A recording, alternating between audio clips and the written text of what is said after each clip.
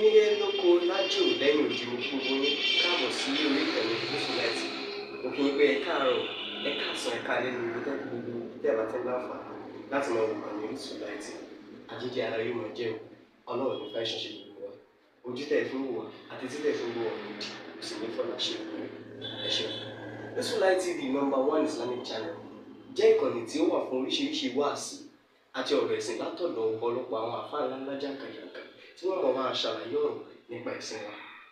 Ní báyìí, ẹ bá mi subscribe sórí Yusufullahi TV kí ẹ lè máa jẹ ọ̀pọ̀lọpọ̀ gbádùn àwọn fídíò táwọn fi síbẹ̀ lónìí ọ̀rọ̀.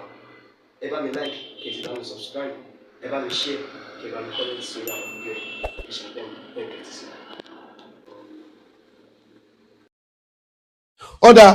ọ̀rọ̀ tí àáfàá ń sọ nísìn ẹ lọ wọnú tírà yìí tí ń jẹ́ Al-Kawashiful Jaliyya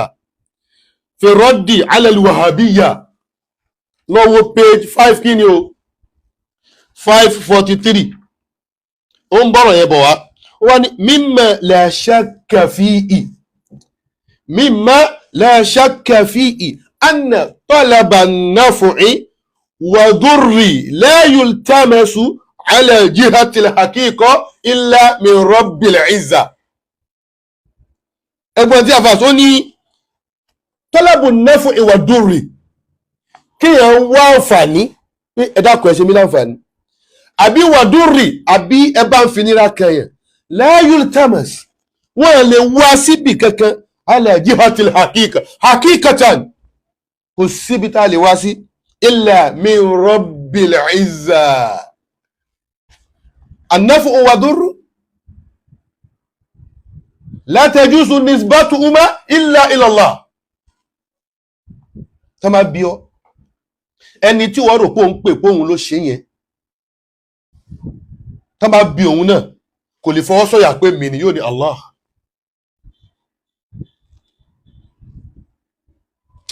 ẹ gbọ́ àfà ó wá ní wàlákínẹ̀lì ó wá ń bọ̀rọ̀ yẹn bọ̀ wá ó ní walakinna al-istighathata bi sayyidina rasulillahi ká ṣe istighatha bi rasul pẹ̀lú dákun apẹ ànábì pé dákun ṣe nǹkan báyìí fún ẹ̀yà Muhammad àbí kankan aw ghayri mina salihina àbí yàtọ̀ sànábì gan àbí inú àwọn ibadallah rijalallah innama takunu ala jihatin annahum sábàbùn fil àtọ̀ annahum sábàbùn fil àtọ̀ yìí lọ́wọ́ inú Al-Kawashiful Jaliyya ó ní gbogbo àwọn tá ń pè yẹn náà àwọn kọ́ sábàbùn fil àtọ̀ yìí. ó ní ẹ̀ka lànàbì ni àbí inú àwọn àsọ́ọ̀lì wù gangan ni ó láwọn kọ́ sábàbùn fil àtọ̀ yìí wa annahum at-tariqu ilayhi mujarradu tariq.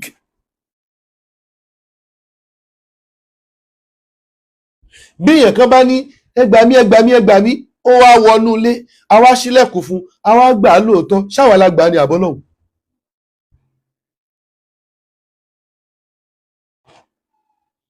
ẹ gbọ́ afáàní wa laysa indana ishkalun fi lafsi madad aw agisna madama annahu talabun ala jihati al-majaz. afáàní laysa indana ishkal ká lo gbólóhùn àgísíní ká lo gbólóhùn àìnúnà ó ní kò sí ìṣkálù o mọ́dámà ànáwó tọ́lábùn alájíhátìlì màjásí láhàlájíhátìlì àkíkà tó bá yẹ pé màjásù ni ìyẹn ni pé bìdúnì ìntìkọ́ọ̀dì pé ẹni ìyẹn ló fẹ́ ṣe ohun tó bá yẹ pé ìyẹn ni òun ni túmọ̀ kò lọ tá a wí táfà yìí mọ́ wa lọ́wọ́ pa aṣọ pẹ́ bọ kí àfáà mú un jáde ibi tí mo ti sọ pé ẹ bọ ni. ìyẹn àfáà tọ́lé ààyè ó wá ní láàlẹ́jì àtìlìmẹ̀jẹ́s wal-yaqin láàlẹ́jì àtìlìmẹ̀jẹ́s wal-yaqin tó bá ní ìbádàlá ó dá ẹni tó pèlé ní pé ràn mí lọ́wọ́ tó ràn án lọ́wọ́ ṣó lè fọwọ́ sọ̀yà pé tó bá dé lọ́la ó tún lè ràn án lọ́wọ́ gbogbo ẹni tó yẹ sí pé tá a bá ń wá ràn lọ́wọ́ ẹ̀ òun ló tún mọ ní bùkátà ìrànlọ́wọ́ yẹn síbòmíì kì í ṣe ìrànlọ́wọ́ àkíkí.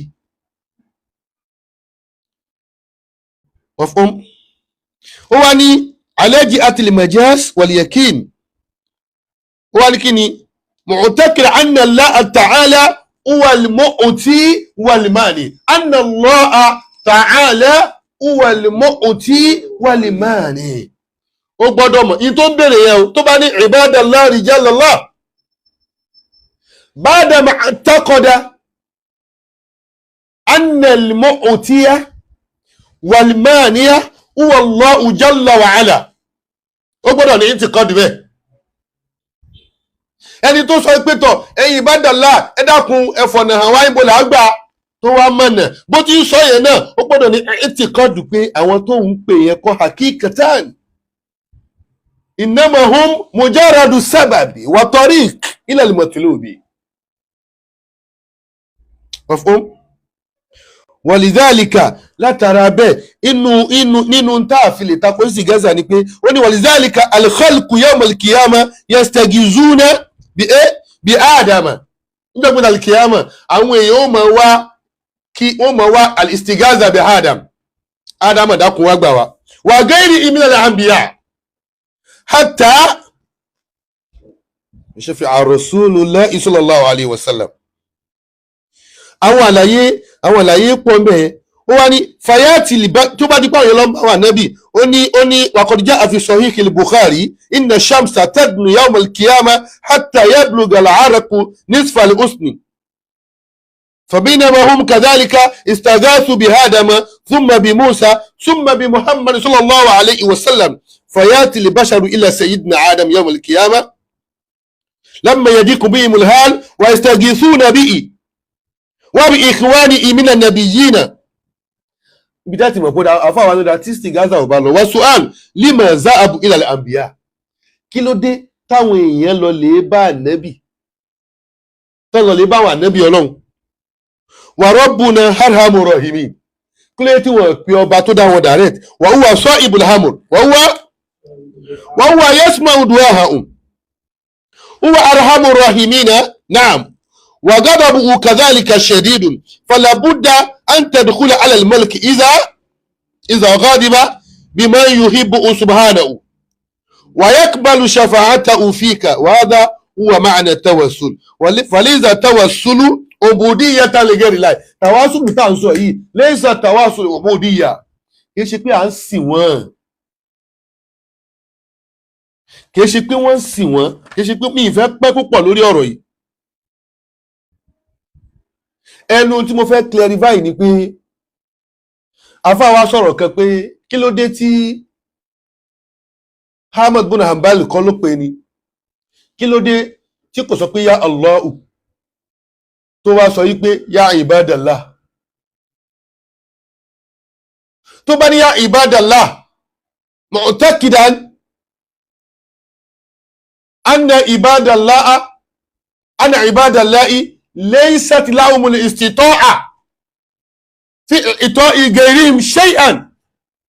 لأن المعطي والمانع هو الله. tó bá ti ní انتقاد يلا بعد بذلك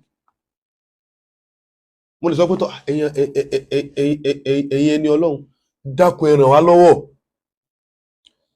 ẹni tá a pè kó ràn wá lọ́wọ́ kò gbọ́dọ̀ sọ pé yes àwa là á ṣe àwa ní ó bá yín bẹ lọ́hùn.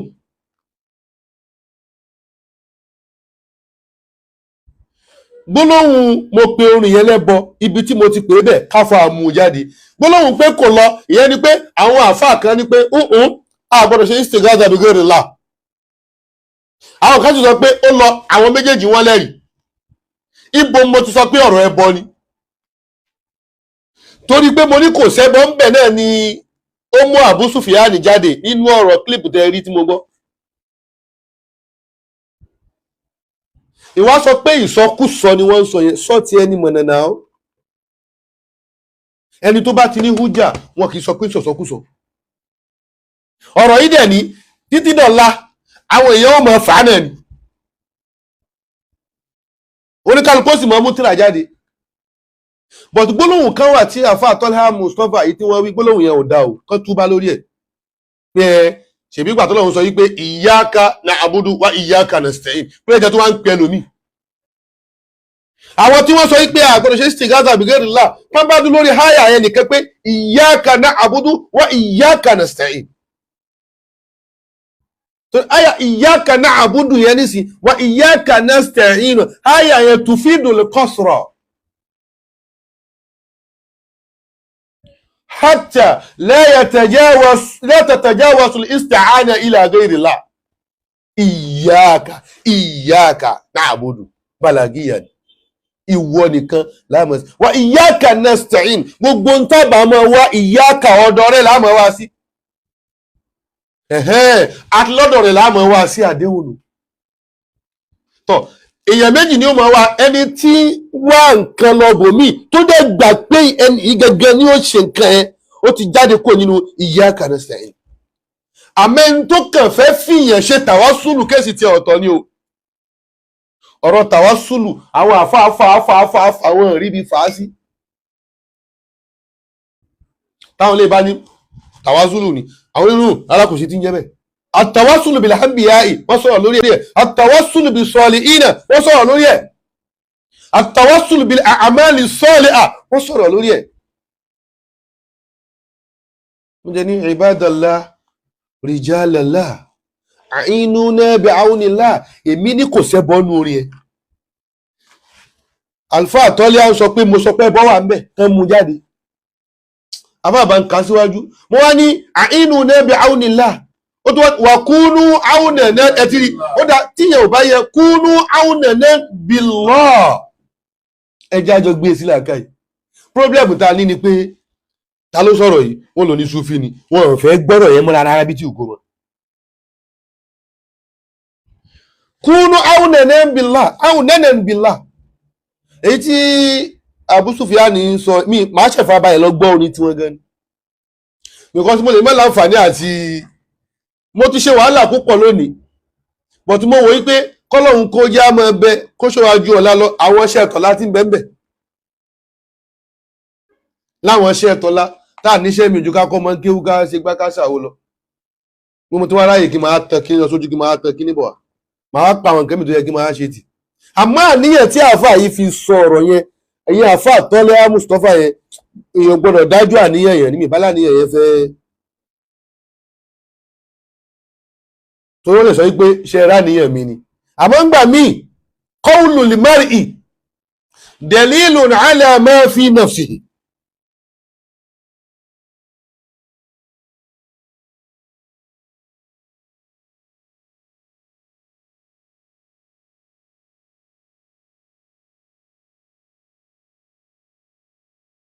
gbólóhùn ẹbọ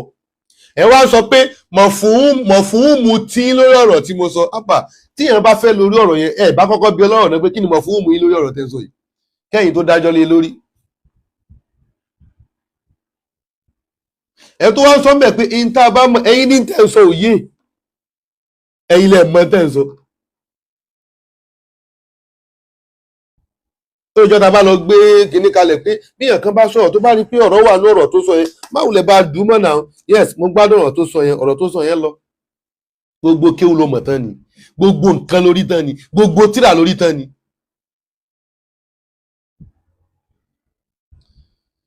so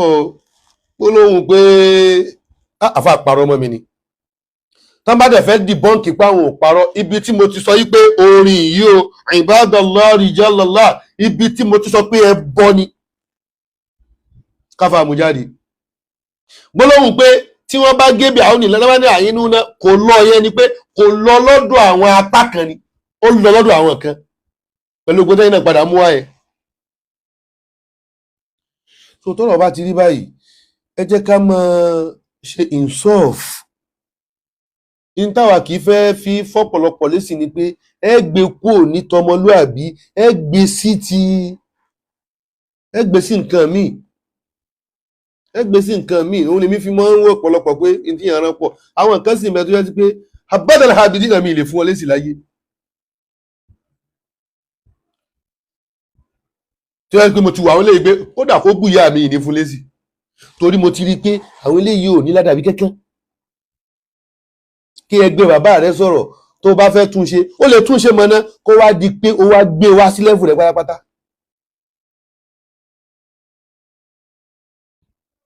mi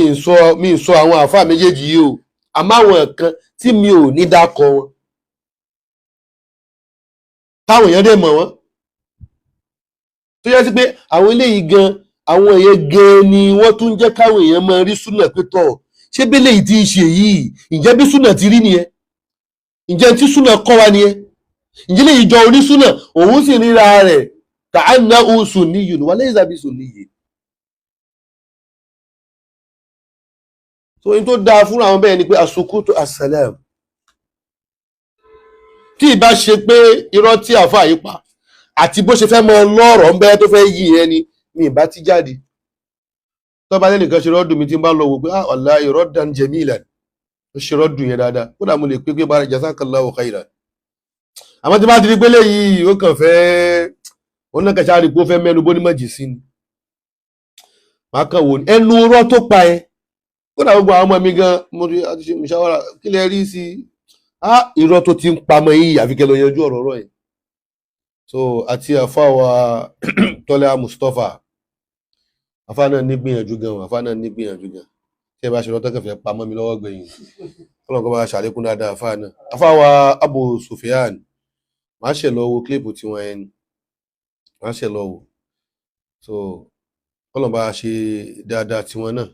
àfá náà ń gbìyànjú púpọ̀ mo dẹ̀ ti rí pé ẹnu tí wọ́n náà ni pé kí wọ́n kàn try káwọn náà adjust ẹ dákun ó máa jẹ́ message mo rí kí wọ́n ti adjust o kò dàbí tìgbà kan mọ́ bẹ́ẹ̀ bá fẹ́ túyàn ṣe tẹ́ ẹ bá ti ẹ kọ́kọ́ wo mọ̀sáfà tí ń bẹ láàrin ẹ̀yin àtẹnìyẹn náà because gbogbo ayé ní wòyìn o kódà kóńtọ̀ ń hùwà tí kò bá làákàyè mu ẹ̀yin wá wò pé ṣé ra Ádámù kan ló sọ bẹ́ẹ̀ ni bàbá Lágége tàná bàbá ní لهجل العاقل